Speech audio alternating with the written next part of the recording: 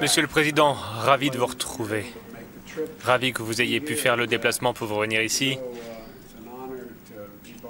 C'est un honneur d'être à vos côtés dans cette défense face à une terrible agression de Poutine. 300 jours déjà depuis le début de la guerre. Mon Dieu, pourquoi autant de jours? 300 jours d'agression contre l'Ukraine, 300 jours d'attaque contre des Ukrainiens et Ukrainiennes innocents. Ces attaques ont escaladé jusqu'à cibler des hôpitaux, des écoles. Poutine essaye d'utiliser l'hiver comme arme, mais le peuple ukrainien continue à inspirer le monde, nous inspirer, nous, mais également le reste du monde, avec leur courage, leur résilience, leur détermination à protéger leur avenir. Et le peuple américain se tient droit à leur côté, les républicains et les démocrates, aux côtés de nos amis et alliés européens et ailleurs, afin de nous assurer que vous ayez les aides financières, humanitaires et sécurité. Nous allons d'ailleurs en parler aujourd'hui. L'Ukraine continue à développer sa défense, notamment la défense aérienne, et c'est la raison pour laquelle nous allons offrir des missiles patriotes à votre pays. Et nous allons former vos équipes afin de les utiliser correctement. Ensemble, avec nos partenaires, nous allons également continuer à faire pression sur le Kremlin et nous allons soutenir l'Ukraine pour avoir une paix juste. Président Zelensky, les États-Unis sont aux côtés du grand peuple ukrainien et à vos côtés également.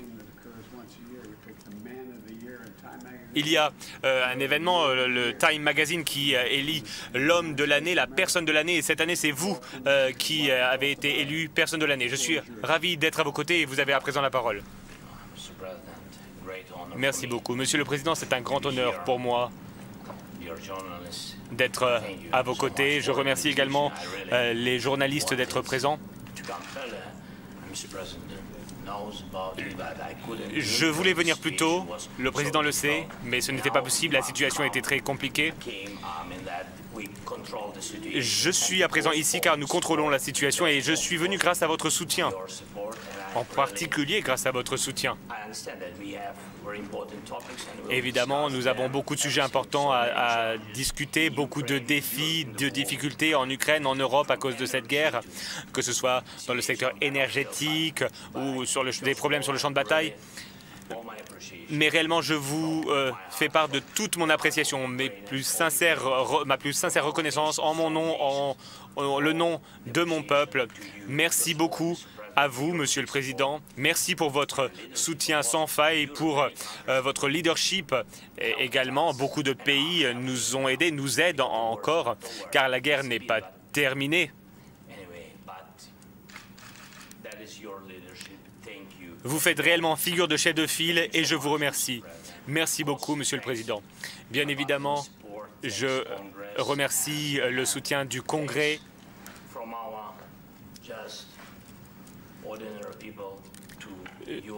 je remercie tous les Américains, toutes les Américaines.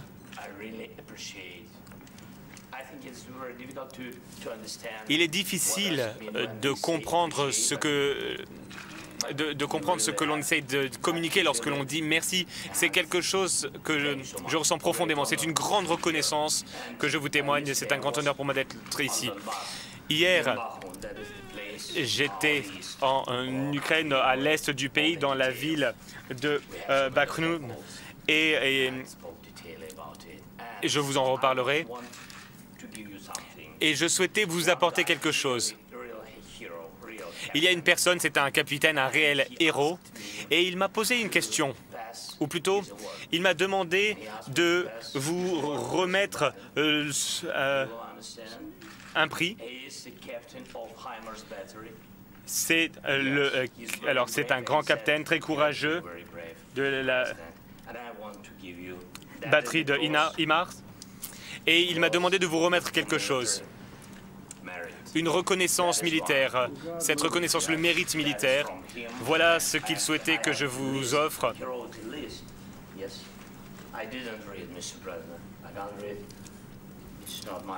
Et j'ai également une liste, c'est en ukrainien, mais vous avez la traduction également. Et il y a son nom? Oui, oui, il y a son nom. Pavlov. Pavlo. Oh, je ne sais pas si je mérite ça, mais en tout cas, merci beaucoup. Il vous remercie. Il vous fait il vous offre cette reconnaissance en son nom et au nom de ses frères et sœurs, ses camarades. Mon fils a combattu en Irak. Ils ont ce qu'on appelle une command camp, une sorte de médaille militaire. Et je vais m'assurer qu'il en reçoive une. Merci beaucoup. Quel honneur. Merci beaucoup. Merci aux journalistes.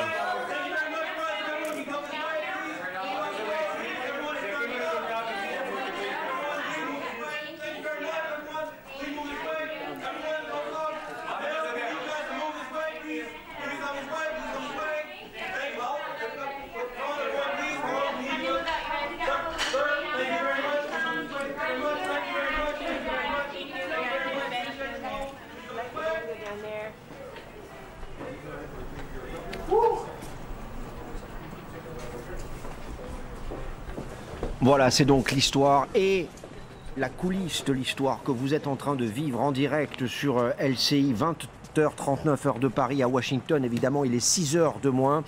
Et dans ce salon, vous les avez aperçus, les présidents américains et ukrainiens, Joe Biden, Volodymyr Zelensky.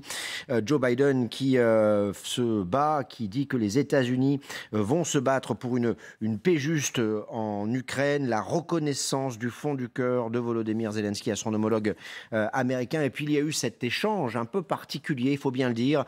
Volodymyr Zelensky qui remet une décoration à Joe Biden et une lettre d'un capitaine qu'il a pu rencontrer il y a quelques heures à peine dans la ville de Bakhmout, une ville du Donbass où le président ukrainien était hier. Voilà pour cette rencontre que vous avez pu suivre, vivre en direct. La soirée évidemment est loin d'être terminée puisque les deux hommes doivent s'entretenir encore. Il y aura une conférence de presse commune dans 2 heures environ, puis c'est peut-être aussi le point d'orgue de cette soirée américaine pour Volodymyr Zelensky. Le président ukrainien s'exprimera devant les parlementaires américains et notamment devant les républicains qu'il doit convaincre de continuer à financer et à aider l'Ukraine financièrement, militairement bien entendu, pour pouvoir tenir tête à la Russie lors de cette guerre en cours. Je vais faire un tour de table, messieurs, dames, pour que vous nous disiez ce que vous avez pensé de ces premiers mots, de ce premier échange public parce qu'il était diffusé en direct entre les deux présidents. Nicole Bacharan. Vous voyez des frères d'armes, vraiment des frères d'armes, d'où l'échange, ou au moins le cadeau de cette décoration militaire. Et ça me rappelle ce qui s'est passé avec Emmanuel Macron, que vous avez accompagné. Et on se souvient que dans le premier temps de la visite d'Emmanuel Macron, c'était un peu tendu sur la question commerciale, et on peut le comprendre. Mais finalement, il y a eu cet épisode, nous sommes frères d'armes. Parce que les démocraties sont menacées. Elles sont menacées par la Russie et c'est pour ça qu'il n'y a rien, au moins dans la communication de la Maison-Blanche, qui pousserait à une paix un peu accélérée avec des concessions à la Russie. Parce que Joe Biden, comme je crois Emmanuel Macron, même s'il l'exprime autrement, savent que tant que Vladimir Poutine ne sera pas rentré chez lui, si j'ose dire, il n'y aura pas de sécurité pour l'Ukraine, ni pour l'Europe, ni pour les démocraties en général. Et je termine là-dessus, mais à un moment, vous posiez la question tout à fait juste de chercher à expliquer pourquoi c'est si important, les Américains, pour eux, l'Ukraine. C'est important parce que les Américains ont besoin d'alliés, de partenaires commerciaux et de paix pour pouvoir continuer à prospérer et à vivre démocratiquement. Et donc, je sais que je ne dévoile rien, je ne spécule pas. Volodymyr Zelensky va évidemment dire que ce qui est en jeu, c'est la démocratie et la liberté dans le monde. On sait que le président ukrainien a une technique assez efficace en termes de communication. Il revient sur l'histoire du pays. Est-ce qu'il va parler de l'indépendance américaine? Est-ce qu'il va parler de l'engagement américain lors de la Deuxième Guerre mondiale devant les parlementaires américains pour leur rappeler l'importance de se battre pour la liberté? Oui. C'est ce qu'il y a de plus important probablement dans l'imaginaire américain. Général, j'aimerais que vous nous disiez dans un instant ce que vous avez pensé de ce premier échange. Juste avant, pour ceux qui nous rejoignent, on va écouter le président des États-Unis. L'Ukraine continue à développer sa défense, notamment la défense aérienne, et c'est la raison pour laquelle nous allons offrir des missiles patriotes à votre pays. Et nous allons former vos équipes afin de les utiliser correctement. Ensemble, avec nos partenaires, nous allons également continuer à faire pression sur le Kremlin et nous allons soutenir l'Ukraine pour avoir une paix juste. Soutenir l'Ukraine pour avoir une paix juste. Joe Biden qui promet à Zelensky de continuer à renforcer la capacité de l'Ukraine à se défendre. Voilà ce qui a été dit. Oui, tout à fait. Je crois que vous avez eu le bon mot, Thomas, en parlant de la liberté. Il faut arriver, le président Zelensky doit arriver à convaincre, ça va être l'objet probablement du discours devant le Congrès, que c'est la défense de la liberté. Parce que je disais, j'étais aux États-Unis il y a une semaine, c'est vrai que ça ne fait pas les gros titres, hein, l'Ukraine. Il y a les affaires de M. Trump, il y a le fait qu'on ait un midterm election, il y a plein de choses qui se passent aux États-Unis actuellement. Et donc, il faut remobiliser les Américains à un moment crucial, on l'a dit, avant que le Congrès ne change, j'allais dire, de majorité. Et donc, c'est important qu'ils puissent faire ça. Alors, le soutien américain, en particulier lorsqu'on parle des patriotes, je ne sais pas si on en parlera plus tard, mais on va en reparler, bien sûr. Les patriotes, l'intérêt, il faut bien que les gens aient en tête, c'est que c'est des équipements qui sont mis en place pour protéger la population ukrainienne. La population ukrainienne est frappée par des missiles tous les jours, ou presque, par des drones, et elle a besoin d'une couverture antiaérienne. Cette couverture antiaérienne est fournie par les Britanniques, les Norvégiens, les Allemands, les Français, les Italiens, très disparate, au passage très compliqué à monter parce qu'il faut coordonner tout ça. Et là, les Patriotes, c'est un de ces systèmes qui est mis en place pour permettre... Mais ce qu'il y a d'amusant, c'est que les Patriotes, il y a quelques années, c'était l'objet de discussion avec la Russie qui disait il ne faut surtout pas déployer des Patriotes dans les pays de l'Est parce que ça veut dire que l'OTAN se rapproche de la Russie. Et aujourd'hui, c'est à cause de l'action de la Russie que les Patriotes vont se déployer au plus près, c'est-à-dire en Ukraine. Donc je reviens toujours sur la cause et les effets. La cause, c'est la guerre qu'a lancée Poutine qui amène à déployer des Patriotes. Et les Patriotes, ça fait partie d'un ensemble. Alors vous disiez février-mars peut-être, parce que ce sont des systèmes compliqués. Ils sont déjà présents en Pologne, dont la formation des Ukrainiens peut se faire en Pologne, mais c'est quand même des systèmes compliqués. C'est pas un joystick sur lequel on joue. Et donc, il va falloir former les équipages avec ces matériels-là. Et je le répète, encore une fois, aujourd'hui, 75% des frappes russes sont nettoyées, supprimées par la défense antiaérienne ukrainienne. Avec les Patriotes, ça sera peut-être 85-90, je ne crois pas aux 100%, mais du moins, ça diminue d'autant les frappes sur la population. Et c'est bien pour protéger la population. C'est ça qu'il faut avoir à l'esprit. Oui, c'est un système qui date des années 60 et dont on se souvient lors de la première guerre du Golfe. C'était d'ailleurs des missiles russes, des Scud, je crois, tirés par les Iraniens vers Israël qui avaient fait la démonstration, en quelque sorte, de l'efficacité de ce système antiaérien. Bogdana Fedoun, qu'est-ce que vous retenez de cette première allocution publique entre les deux hommes? Je retiens la première chose, c'est qu'il y a exactement 100 ans, l'Ukraine a voulu gagner l'indépendance et elle avait déclaré l'acte de l'indépendance à l'unisson entre l'Ukraine de l'Ouest et l'Ukraine de l'Est. Sauf que à ce moment-là, nous n'avons pas eu suffisamment de soutien international et nous étions englobés dans le communisme pendant plus de 70 ans. Aujourd'hui, c'est l'histoire qui est cyclique, qui revient. Et nous avons le soutien international global qui nous permet de fournir les armes et qui nous permet d'établir notre indépendance pour une fois. Enfin. Le monde a appris une leçon, c'est ce que vous êtes en train de nous dire. Enfin, il a appris la leçon, oui, depuis 2014 également et depuis toutes les guerres que la Russie elle mène dans d'autres pays.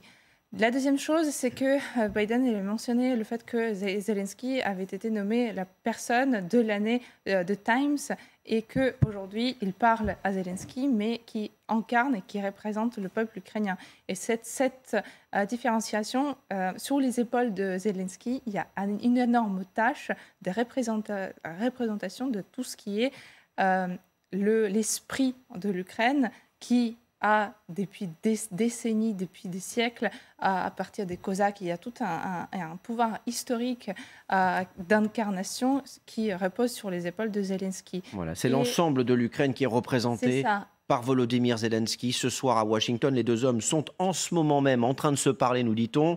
Ils vont s'exprimer un peu plus tard et vous allez pouvoir suivre évidemment en direct cette conférence de presse qu'ils doivent donner. Les voici, ces deux présidents.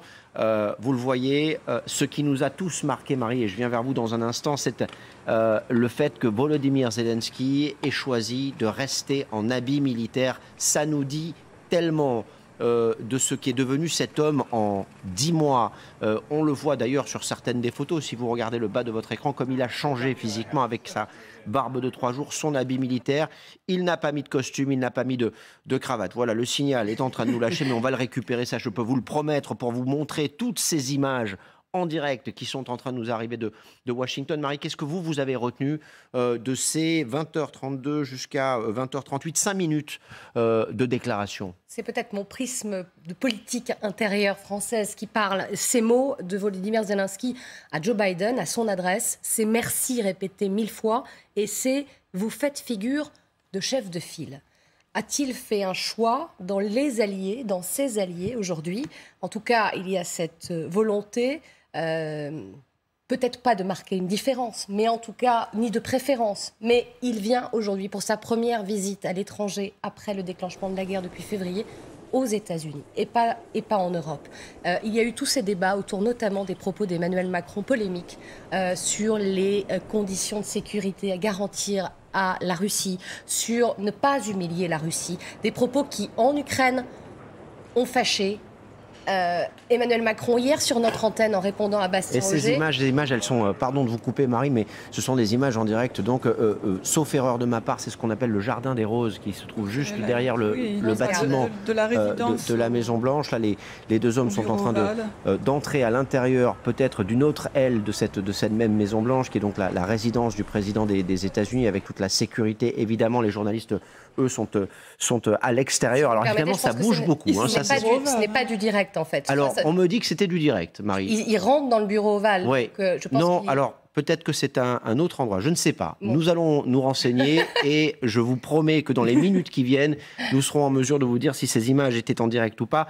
Quoi qu'il en soit, si elles n'étaient pas en direct, c'est du temps réel. Et l'image que vous voyez là, ça c'est une image en direct, c'est une garantie. Les deux hommes sont à l'intérieur de la Maison Blanche. Stéphane Marchand, qu'est-ce que vous avez retenu de ces quelques minutes de discours des deux présidents? Quand on voit Volodymyr Zelensky, on comprend cet auteur qui parlait des hommes ordinaires, métamorphosés par les circonstances extraordinaires. On se souvient de Volodymyr Zelensky, par exemple, cette fameuse conversation téléphonique avec Donald Trump, dans laquelle Donald Trump, il y a quelques années, avait essayé de le manipuler pour lui faire justement cracher des informations nuisibles à Joe Biden. Et là, on le voit, cet acteur de cinéma devant le président des États-Unis, et c'est lui qui a l'air d'être l'homme fort, et Joe Biden qui a l'air d'être l'homme frêle. Alors ensuite, évidemment, l'Amérique, il ne peut pas s'en passer. Il n'est pas en train de choisir ses alliés, il n'y a pas de choix. L'Amérique est de toute façon complètement inévitable comme leader, comme chef de file. Aucun autre pays ne peut y prétendre, surtout pas malheureusement les pays européens ou la France. Et puis, il y a eu cette surprise, parce qu'avec Volodymyr Zelensky, il y a souvent des surprises, il faut bien le dire. Ce présent offert par le président ukrainien au président des États-Unis. Je vous laisse regarder. C'est un grand capitaine très courageux de la batterie de HIMARS. Et il m'a demandé de vous remettre quelque chose. Une reconnaissance militaire. Cette reconnaissance le mérite militaire. Voilà ce qu'il souhaitait que je vous offre.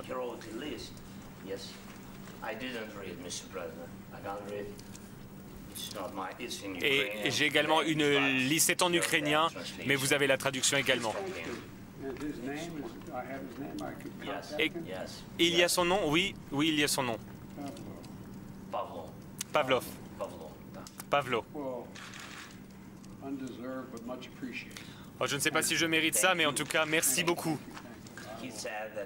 Il vous remercie. Il vous il vous offre cette reconnaissance en son nom et au nom de ses frères et sœurs, ses camarades. Mon fils a combattu en Irak. Ils ont ce qu'on appelle une command coin, une sorte de médaille militaire.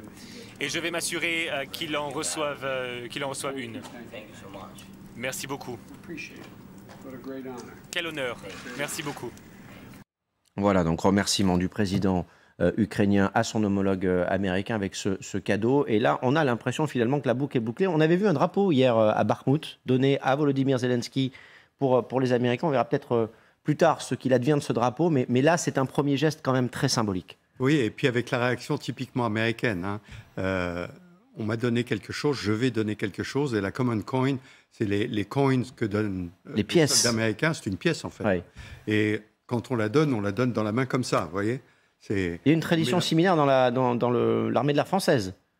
Alors, l'armée de l'air, parce qu'elle a copié... Pour toute autre chose, oui. Oui, parce qu'elle a copié un peu sur l'armée américaine.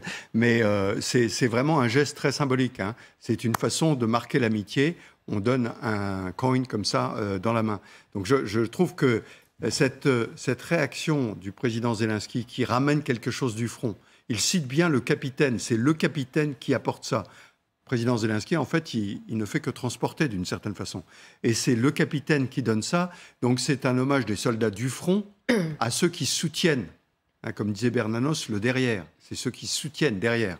Et c'est ça qui est important, parce que je le répète, vous citiez avec... moi, ça m'a beaucoup intéressé que vous citiez, vous faisiez un bond d'un siècle en arrière, en parlant de la période après la Première Guerre mondiale. Et je suis en train de lire un ouvrage qui est passionnant là-dessus, où on oublie qu'entre 19 et 21, déjà, les États-Unis, par le biais du président Wilson, arbitraient ce qui allait se passer en Europe. Et pourquoi la Roumanie allait être comme ça, et la Hongrie allait être comme ça, etc. Et quand on entend le président Poutine aujourd'hui parler des cartes et de dire qu'à un moment, on refaisait les cartes, oui, mais enfin, les cartes de l'Europe, depuis le XVIIIe siècle, elles n'ont pas arrêté de changer, surtout dans cette partie du monde. Le problème, c'est que le président Poutine n'a pas réalisé qu'on était en 2021 et que les choses ont changé. 2022 même, et bientôt 2023. Pardon, oui, ça passe vite quand on s'amuse général. Et vous avez raison, depuis 2014, l'Ukraine a énormément évolué. Et ça, c'est quelque chose qui n'a pas été marqué. Mais c'est intéressant, je le répète, c'est le face-à-face entre la Russie et les États-Unis et le président ukrainien. Et là, c'est lui le combattant, en fait. Mais l'affrontement, il est entre la Russie et les États-Unis. Est-ce qu'on est aussi en train d'assister en quelque sorte à une réconciliation entre les deux hommes ? On le sait, ça n'a pas toujours été évident. Je crois que c'est vous qui rappeliez tout à l'heure les mots de Joe Biden, qui avait demandé à Volodymyr Zelensky s'il voulait quitter l'Ukraine au début de l'offensive. Il avait dit, j'ai pas besoin de... c'est vous, général. J'ai pas besoin de taxi, j'ai besoin de munitions. On se souvient que Joe Biden s'était agacé aussi du ton employé par Zelensky pour ses demandes militaires et ses demandes d'aide. Où en sont leurs relations à ces deux présidents ? Écoutez, je crois comprendre qu'elles sont excellentes. Et c'est vrai, vous avez raison de rappeler qu'il y a eu quand même des frictions ici et là sur presque une année de guerre et une année d'alliance. Donc ça n'est pas étonnant, mais au fond jamais rien qui est remis en cause les intérêts vitaux, fondamentaux qui les relient. Alors je crois que le taxi et les munitions, ça restera dans l'histoire comme vraiment une citation excellente. Il y a eu aussi l'affaire du missile tombé en Pologne, dont la direction ukrainienne a dit mais c'est un missile russe, et puis finalement non, ça n'était pas le cas, et les Américains ont été un petit peu heurtés là-dessus, mais c'est finalement très très très peu de choses vis-à-vis de ce qui se joue entre Volodymyr Zelensky et Joe Biden. Et d'ailleurs, quand on l'écoute, on voit que bien sûr il vient aux États-Unis, parce que sans les États-Unis, l'Ukraine aurait été dévorée par Poutine. Mais il ne manque pas, à chaque phrase, de remercier tous les alliés. il sait qu'il a besoin de tous les alliés qui jouent des rôles plus ou moins importants sur le plan militaire, dont on attend beaucoup sur le plan économique, mais qui sont tous indispensables. Donc il essaye de ne froisser personne, si j'ose dire, et de garder cette coalition derrière l'Ukraine. Bogdana Fedoun, vous êtes ukrainienne. Qu'est-ce qu'on attend en Ukraine de cette rencontre, de ces quelques heures de Volodymyr Zelensky passées à Washington? Les armes. Mais oui. Vous dites ça avec un sourire, ça a quelque chose d'un peu troublant, j'allais dire. Patriot, c'est un système qui couvre... c'est une couche finale en fait, de la protection, donc, qui permettra sans doute de renforcer le système en fait, de défense antiaérienne. Malheureusement, on s'attend à un symbolisme particulier de la part de la Russie qui adore frapper suite à des rencontres symbolique aussi. Il y aura une réponse militaire russe à ce qui est en train de se dérouler sous nos yeux à Washington. C'est ce que vous craignez? Sans doute, oui, avec l'utilisation de différents moyens. Donc, en tout cas, la défense antiaérienne s'y prépare beaucoup à ça en ce moment. Donc, parce que la Russie, elle n'a aucun sens, enfin, elle fait toujours ça.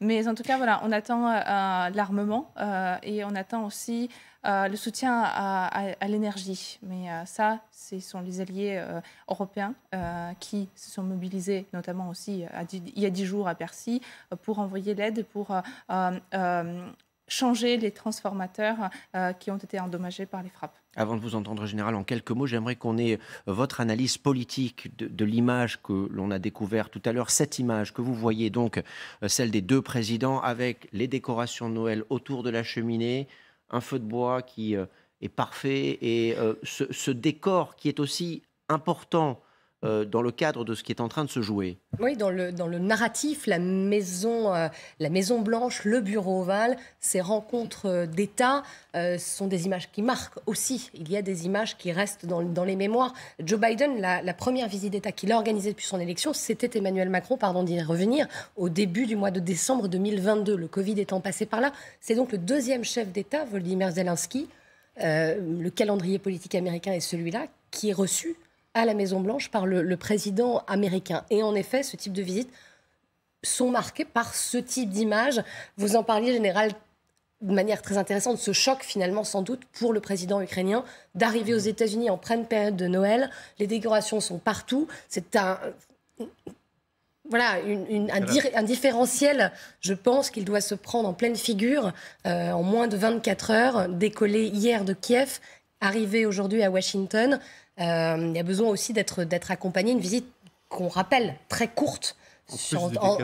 En plus du décalage horaire, absolument. Il est pratiquement 21h, c'est du direct. Merci d'être avec nous sur LCI. On continue de vous faire vivre l'histoire ce soir avec cette visite exceptionnelle, celle de Volodymyr Zelensky à Washington. Vous l'avez vu en direct, les deux hommes. Volodymyr Zelensky et Joe Biden se sont exprimés quelques instants. Ils ont pris la parole. La soirée ne fait que commencer, évidemment. On va vous donner le programme dans un instant, mais déjà des annonces de part et d'autre. Et ces mots du président américain, nous allons vous aider, vous soutenir pour une paix juste. Écoutez Joe Biden.